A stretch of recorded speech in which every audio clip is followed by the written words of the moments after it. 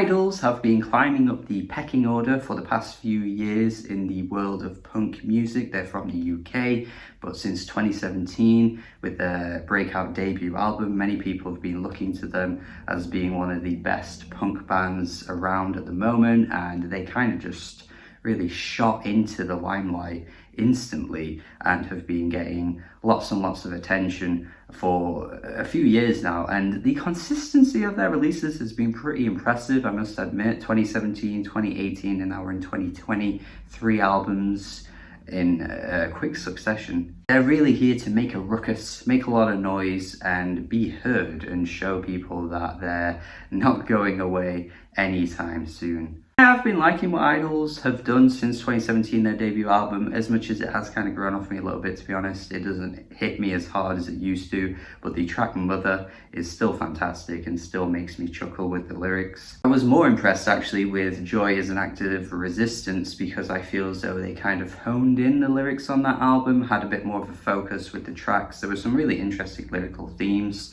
even if a lot of it was quite on the nose and pretty straightforward. I do think they backed it up with some pretty potent points and kind of got you thinking about things, especially when they were talking about, you know, the state of Britain and kind of like poking fun at a lot of like cliches in social issues and stuff like that. I've always liked it when bands and artists get you thinking about things with their lyrics. It's not something I actively seek out, but when I do come across something that is interesting, I do gravitate towards it, and I feel like Joy did offer that to an extent, but it's not something I personally look for in music. I don't go to musicians for political opinions. I think as I've gotten a bit older, it's not something I find to be the most interesting or engaging way to discuss politics. It's like going on social media and trying to find really interesting opinions in regards to politics.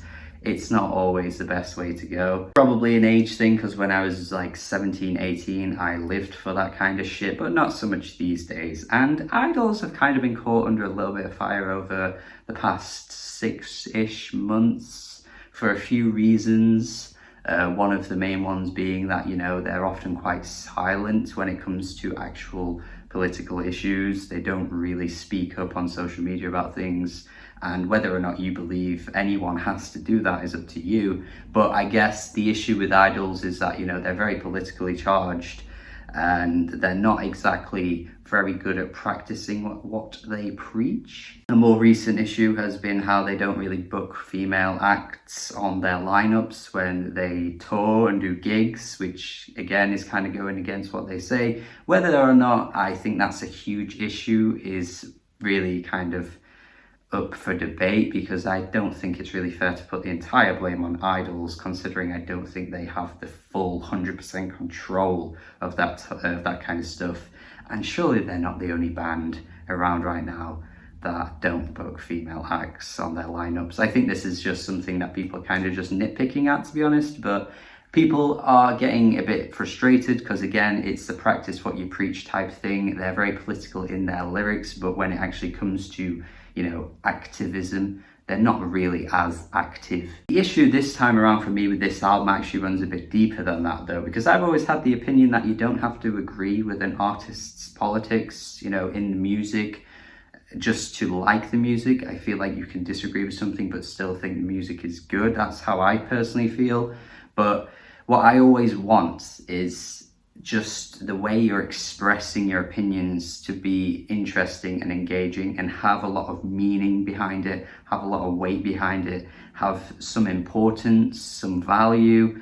And this time around, Idols have not really tidied things up with their lyrics. This is probably the most unfocused I think I've heard them since the start, really. I just have so many issues with these lyrics throughout, whether they're just incredibly basic and an incredibly bare minimum at times. They're really just spouting out things that are so obvious, and yet they kind of have this angry tone to the way they say things, as if they feel like they're saying something that needs to be said and no one else is saying it, so we're just going to shout consent, consent, consent, consent. Sort of seems to me like they've hit the reset button a little bit and just taking things back way back to the bare amount of basics you could possibly have. And they're just not really putting any effort into their lyrics this time around. It's really, really obvious as well. The opening track was where things were already looking pretty bad for me, to be honest, because the lyrics on there are super gimmicky with the way he's like doing those sound effects and talking about how war is bad.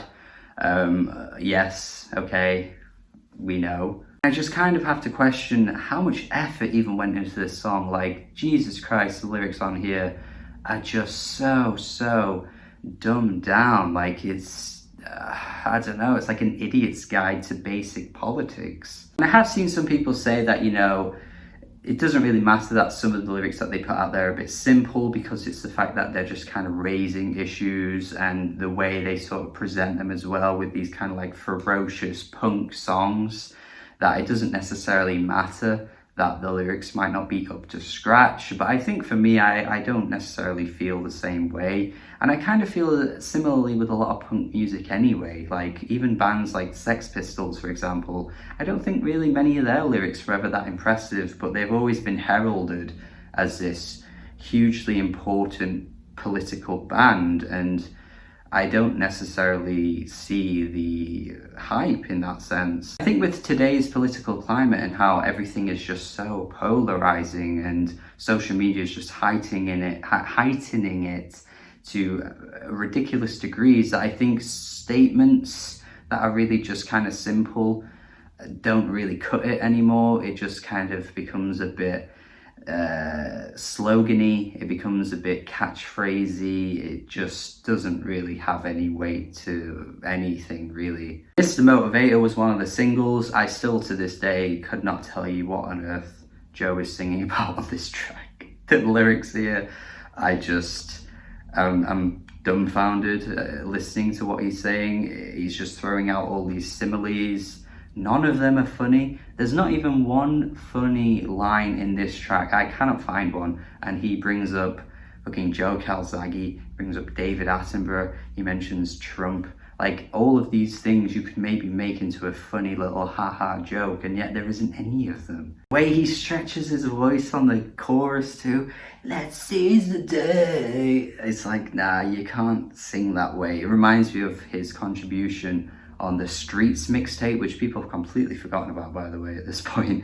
But yeah, like, just really awkward singing that just fits terribly on this. The track Kill 'Em With Kindness is sort of poking fun at the idea that, you know, to make a change, you just have to be nice, and, you know, being angry and all over the place isn't the way forward. So how about we just show them our white teeth with our smiles and make them make a change through being nice. And right, sure, I get what they're trying to say, even if I don't think you actually get anywhere with that attitude, to be honest, anyway. But even if they were right in what they were saying, which I guess is subjective, it's not like them being angry and ferocious from start to finish on this album is bringing out many thought-provoking ideas anyway. So it's just kind of funny to see them say this. And yeah, shouting all over the place on Mr. Motivator is not exactly getting me thinking about things, because it's just not. The track Model Village is poking fun at model villages, people that live in model villages. They're generally places in the UK that people move to later on in life, the retirement stage, they're getting old, they're probably rich because houses in those areas are generally very expensive. They talk about on this track how the crime rate is low. It's just filled with pink people and gammons, which once again I guess is supposed to be funny. I don't know, is that funny to you? Is it? I mean, if it is, humor's subjective, but I never really found the whole gammon thing funny to begin with, to be honest. It's about as funny as the whole Karen thing that's really popular at the moment on Twitter and social media. Honestly, man, people on social media aren't as funny as they think they are. They're really not. They attack the whole idea of saluting the flag just because you're British, which I kind of understand what they're saying with this. But I don't know, a lot of this track just comes across as really bitter to me. There aren't really many points being made. It's essentially just poking fun at people that live in these areas. And again, if there was some kind of humor to it, I'd maybe find it a little bit funny, but I just don't really see what they're trying to say on this track at all. None of it stands out to me as being very poignant and thought-provoking. And again, if it was a little bit funny, I might be on board, but the fact that it's not just makes the track really uninteresting to listen to. The track The Lover just comes across as very edgy to me. He screams eat shit over and over again at the end of the track. He's saying fuck you multiple times. Just, again, very little weight behind the words. He actually brings up the fact that, you know, people say their lyrics are sloganeering, catchphrases and stuff like that, which is kind of funny because I've been saying that in this review. So I guess he's self-aware of the fact that people say that about his music, but it doesn't necessarily improve the lyrics for me personally, because I just think a lot of the lyrics end up being that anyway. I've already mentioned the whole consent thing that he does on one of the tracks. This track is kind of focusing on, you know, consent, obviously, and just treating women with respect. Fine, fair enough, but it's just very bare minimum stuff. I just feel like he's saying the obvious here. For a punk band, coming out with a song about this is incredibly not punk. Like, I just don't see how this could be labeled as punk. It's so obvious. The lyrics he's drawing out are just so blatantly obvious that I don't see what he's saying here that's important at all. The better way to do a song like this is to tell a chilling story about how not being consensual can affect someone, because it obviously bloody can. But just saying these random words out there, throwing them out there, just feels like they're not really putting any effort in. Listen to a song like Boys Will Be Boys by Stella Donnelly and just hear how crushing those lyrics are. I just feel as though that hits the point way better than what Idols are doing here. Honestly, the little amount of effort being put into some of these lyrics is sad. I could honestly just keep going and going and going, but I feel like eventually I'm just going to end up sounding like a bit of a broken record, because I kind of am just repeating myself throughout this review, and I don't want it to be a boring watch for you as a viewer. But yeah, you know what? I'm just not really sold on what they're doing here. I'm kind of over it, actually. I'm just not really finding anything exciting about these tracks. Sure, they're pretty heavy, they're pretty pummeling, they're pretty in your face. Joe is screaming, shouting, but that is all meaningless when the words that you're saying don't really have a very direct message.